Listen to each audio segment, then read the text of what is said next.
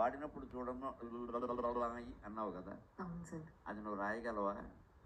ఆహా! హ్మ్. ప్రపంచంలో ఎవరు రాయలేరు, నువ్వే కాదు, నేను కాదు, ఎవరు రాయరు. అంటే రాయలేరు కదా. అవును సార్. కానీ ఒక గొప్ప విశేషం ఏంటంటే అందులో సరిగ్గా అదే శబ్దం ప్రతి తెలుగు తల్లి పిల్లాడిని ఉయ్యాలలో పడుకోబెట్టి రాయి అంటుంది. అదే శబ్దం సరిగ్గా సృష్టి ప్రారంభమైనప్పుడు భాష ఎలా వచ్చింది అంటే, ఇది మాహేశ్వరాణి సూత్రాణి అని సంస్కృతంలో 50 అక్షరాలు కూడా శివుడు డమరక నుంచి అంటుంటేనే ఐ వన్ రళిక్ ఏ ఓంగ్ ఐవర్ లన్ అని ఏర్పడ్డాయని చెప్పారు. అంచేత మన భారతీయ సంస్కృతి వాంగ్మయం ఎంత దైవీయమో అంత హేతుబద్ధం, అంత శాస్త్రీయం అనడానికి అన్న మాట ఉందా.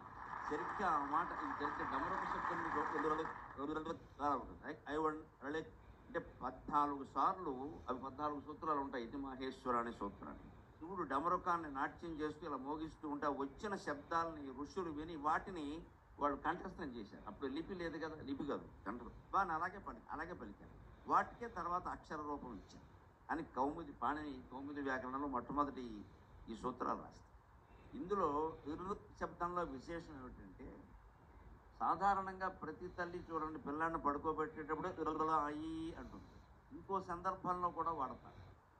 ఇద్దరు అక్కచెల్లెళ్ళు ఉన్నప్పుడు చిన్నపిల్లలు ఏదైనా ఒక వస్తువో ఓ మిఠాయి ఉండో ఏదైనా అక్కకిచ్చి చెల్లెలకి ఇవ్వకపోతే చెల్లెలు కోపం వస్తుంది కదా సార్.